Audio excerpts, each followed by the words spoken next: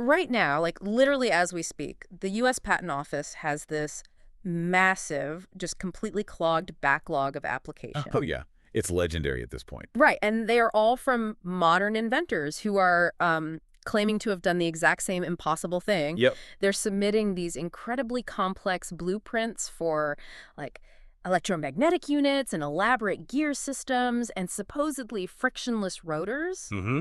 And all of them, every single one, is claiming to have built a machine that runs forever without any fuel. It's the ultimate stubborn pursuit, isn't it? It really is. And that's exactly what we're looking at today. For this deep dive, we've got a really fascinating theoretical review paper that traces this human obsession with free energy across centuries. Yeah, centuries. Right. It actually takes us all the way back to the Middle Ages. It Yeah. details these incredibly intricate, overbalanced wheels designed by early Islamic scholars and European engineers. Which are so cool to look at, by the way. Oh, absolutely. The designs are wild. They would attach these weights to hinged arms on a wheel, right? Thinking that the weights would like flip outward on one side and stay closer to the axle on the other. Making one side permanently heavier. Exactly. So they figured it would just keep pulling that side down and the wheel would spin forever. I mean, the sheer mechanical ingenuity of those early designs is just staggering. You look at the blueprints in this paper, and it really highlights the romance of the perpetual motion machine. Romance, yeah. That's a good word for it. Right, because it's this dream of setting something in motion just once, and then it just provides for you indefinitely without ever asking for, a drop of oil or a lump of coal. Which sounds amazing. It does. And as someone who really appreciates a good engineering underdog story, part of me, always roots for that inventor in their garage who's just trying to outsmart the universe. Oh, I get it. I completely get it. But that romanticism is precisely why this review paper is such a crucial read for us. Because it kind of bursts the bubble. It really does. It strips away the illusion entirely. Yeah. Because, as the paper points out, perpetual motion isn't an engineering challenge. Right. It's not a puzzle where we're just missing, the right bearing or a slightly stronger neodymium magnet or, a better lubricant. Yeah, it's not a parts issue. Exactly. It is a strict physical impossibility, period. And so that brings us to our mission for this deep dive. We're going to look at the universe through the lens of a rigid cosmic accounting system. Yes. The universe's ledger. Right. We're going to explore the unyielding laws of thermodynamics that dictate exactly why these machines fail, no matter how clever the blueprints are. And to really understand why the universe constantly issues a hard no to these inventors, Yeah. we first have to look at how physics actually categorizes these delusions. Okay, let's unpack this. How do they organize them? Well, the paper organizes these hypothetical machines based on the specific natural law they are attempting to break. And they fall into three distinct classes. Oh, okay. 3 classes. All right, so the most audacious ones, they belong to perpetual motion of the first kind. The first kind. Okay, what do they do? They attempt to produce work without any net energy input whatsoever. Wait, nothing? Nothing. You put absolutely nothing in, but you get mechanical work or electricity or heat out. You're basically creating a net positive power yield out of an entirely closed system. Okay, so just creating energy out of thin air. Exactly. Well, listening to you describe a machine that outputs power from absolutely nothing, this sounds exactly like a financial scam. Huh? Yes, it really does. I mean, claiming to create energy from thin air is just a cosmic counterfeiting scheme. A cosmic counterfeiting scheme. I like that. It's like a scammer coming up to you and saying, hey, I have this box where you put in a blank piece of paper and a legitimate legal tender $100 bill comes out. That is a brilliant way to conceptualize it because it fundamentally violates the most foundational law of cosmic economics. Which is? The first law of thermodynamics. Yeah. Which is simply the conservation of energy. Right. Right. And the paper brings up the first law's strict equation, which I have to admit always looks a bit intimidating on the page. It can, yeah. Delta U equals Q minus W. Right. But what it physically dictates for any engine is just a basic ledger calculation, Actually, it's just accounting. So the total change in the internal energy of your sealed system, that's the delta U, is simply the heat you supply to it, the Q minus the work the system performs, the W. Spot on. You put coal in the boiler, you get piston movement out. The ledger must always balance. It has to balance. And the critical mechanism here is that for any machine to actually be useful, It has to operate in a continuous, repeatable mechanical cycle. Like a piston moving back and forth. Right. A piston has to return to its starting position to fire again. A wheel has to complete its rotation. So over a complete closed loop, the net change in internal energy must reset to exactly zero to run the loop again. Because, if I'm understanding this right, if it didn't reset to zero, the engine would either eventually melt down from infinite energy buildup, or it would just completely freeze from energy depletion. Precisely. You either explode or you freeze. There's no in between. So if that internal energy change is strictly zero over the cycle, both mathematically and physically, the total work output cannot possibly exceed the net heat input. So W cannot be bigger than Q. Exactly. But a machine of the first kind demands that the work output is a positive number, while the heat input is absolute zero. Which is mathematically impossible. It is. It demands something from nothing. Which brings us right back to the accounting ledger. If the universe is a grand casino, the first law of thermodynamics is the giant neon sign posted right above the cashier's cage. Saying what? Saying you can't win. Yes. You can never, ever cash out more chips than you brought to the table. It's just a hard rule. What's fascinating here is why this absolute equilibrium exists at the very foundation of reality. Why is that? Because energy can neither be created nor destroyed. It only translates between forms. Okay. So attempting to output directional mechanical work without a corresponding operational drop in another energetic field like, say, the chemical potential energy in the coal you are burning, fundamentally breaks the symmetry of nature. You have to pay the piper. Always. The first law insists that a positive output requires a proportional sacrifice. But hold on, let me play devil's advocate here and push back on that a bit. Sure, go for it. Because if I'm an inventor, right, I can concede the counterfeiting point. I can accept that I can't print money. Okay. But what if I build a machine that's perfectly sealed? Like completely perfectly sealed, no energy in, no energy out. Why can't it just flawlessly recycle its own internal energy forever? Ah, the recycling argument. Right. Like, I take a hot thermal reservoir, I use the heat to spin a turbine, the friction of the turbine generates heat, and then I just feed that exact same heat right back into the reservoir. I see where you're going with this. Yeah, I'm not breaking the first law if I'm not creating anything new. I'm just running a completely overhead-free system. It's like a massive global corporation that somehow manages to operate without paying a single cent in payroll or operational taxes. Every single dollar gets perfectly recycled into profit. That pivot right there is where the vast majority of historical inventors end up. Really? Oh, yeah. It sounds incredibly logical until you run face first into the most unforgiving regulatory body in all of physics. And who is that? The second law of thermodynamics. Oh, of course. This law governs what we call perpetual motion of the second kind. Okay, so that's the second class. Exactly. These are devices attempting to convert thermal energy directly into mechanical work with absolute 100% efficiency. And the source paper relies heavily on the Kelvin-Planck refinement of the second law to basically crush this specific dream. It does. Kelvin-Planck is brutal. It explicitly dictates that you cannot construct a device operating in a cycle that does nothing but extract heat from a single thermal reservoir and perform an equivalent amount of work. So you can't just have one hot source. No, because heat only flows spontaneously from a hotter body to a colder body. Right. To get work out of a thermal system, you must have a temperature difference. And some of that heat must inevitably be discharged into a cooler sink. You need an exhaust. You always need an exhaust. You can't just pull ambient heat out of the ocean to power a cargo ship without having an even colder exhaust to dump the remainder into. Here's where it gets really interesting. Yeah. Because this means that in our cosmic casino, not only can you not win, you can't even break even. Exactly. You are guaranteed to lose. The universe essentially imposes an entropy tax. Ooh, I love that term, entropy tax. Yeah. Out of every single physical interaction, the universe takes a non-negotiable cut. Yep. You turn a physical gear, the universe taxes you through structural friction.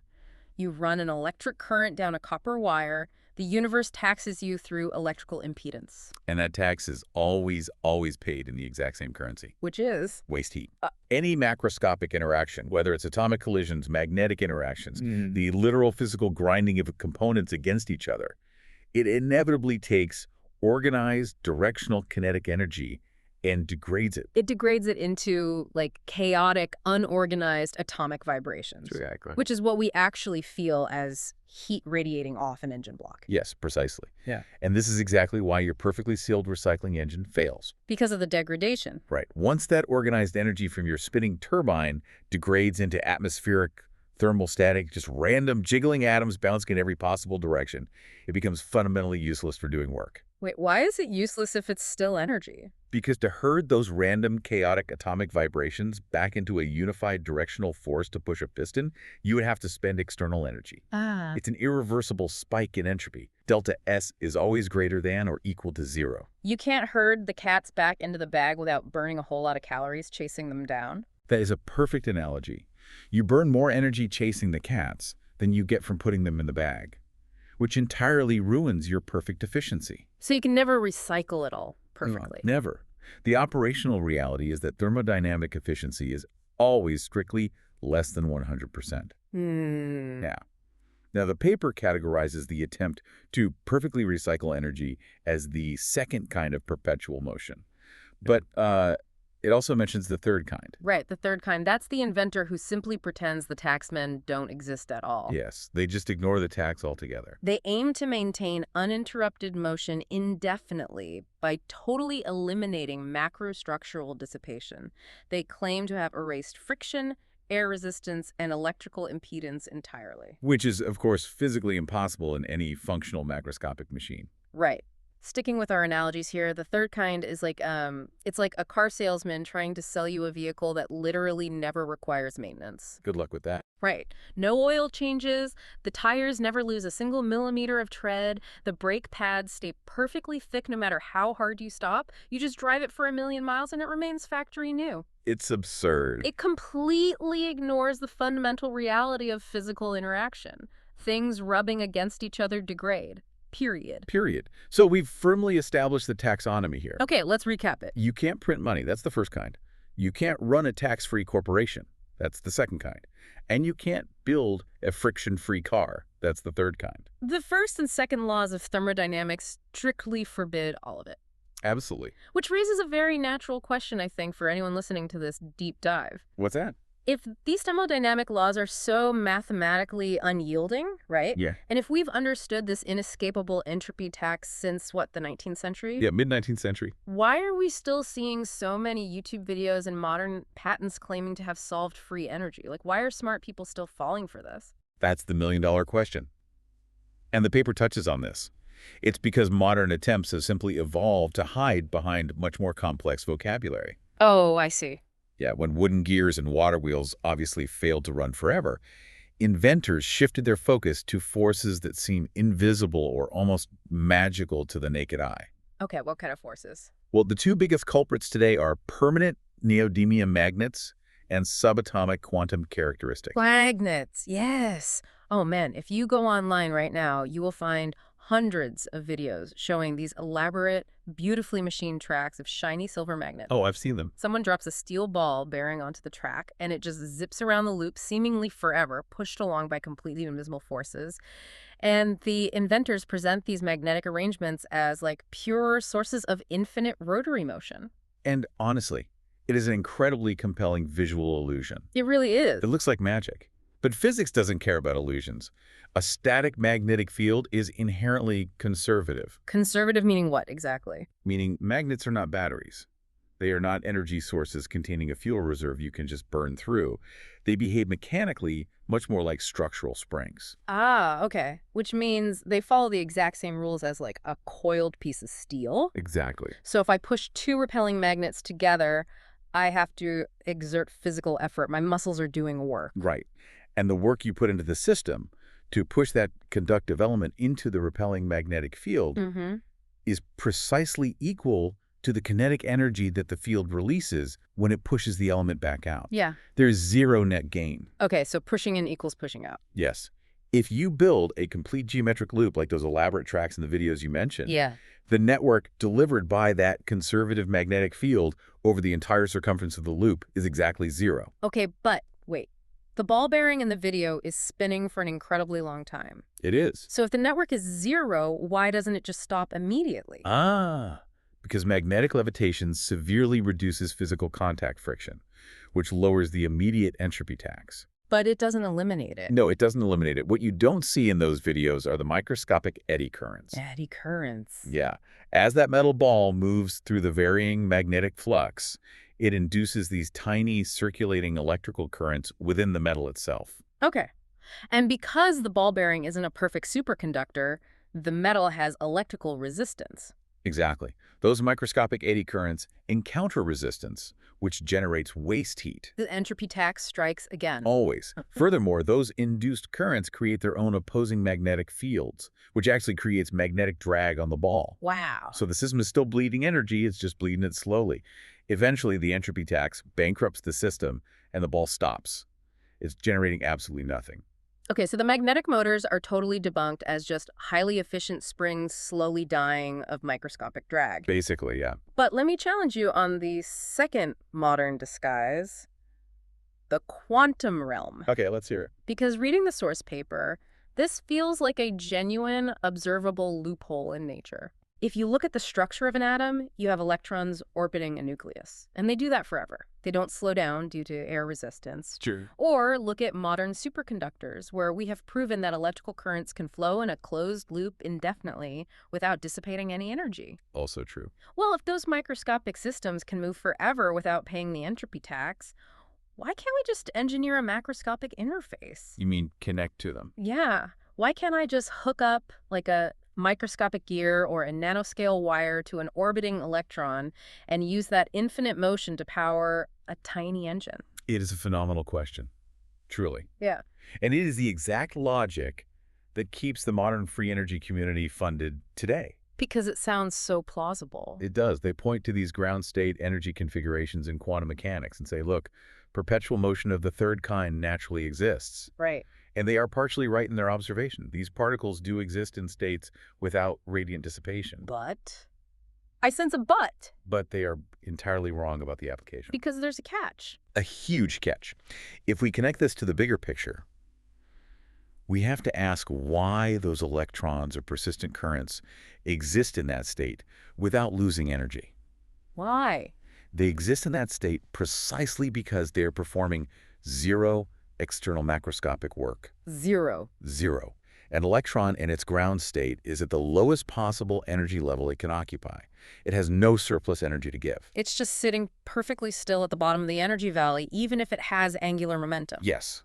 The reality of interaction is inescapable. The very moment your macroscopic drive system, whether it's your tiny microscopic gear or your nanoscale wire, Yeah. the moment it attempts to link to that isolated quantum system to draw mechanical or electrical energy, it forces an environmental interaction. You have to couple the systems to transfer energy. And the act of coupling them breaks the isolation. Exactly. The instant you touch it to draw energy, you immediately break the quantum coherence. Oh, wow. You're forcing this pristine subatomic system to interact with the messy, thermally active macro world. So you ruin the perfect system. Immediately.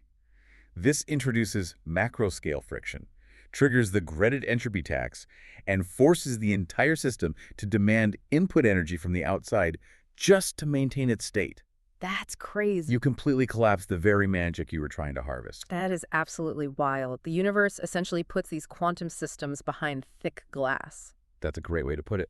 You can look at the perpetual motion in the display case all you want, but the literal second you try to plug your phone into it, the glass shatters and the unyielding laws of macrophysics immediately apply. The glass shatters. Love that. You cannot extract work without paying the tax. The barrier between the quantum coherent state and the macroscopic work state is fiercely guarded by the second law of thermodynamics. Yeah.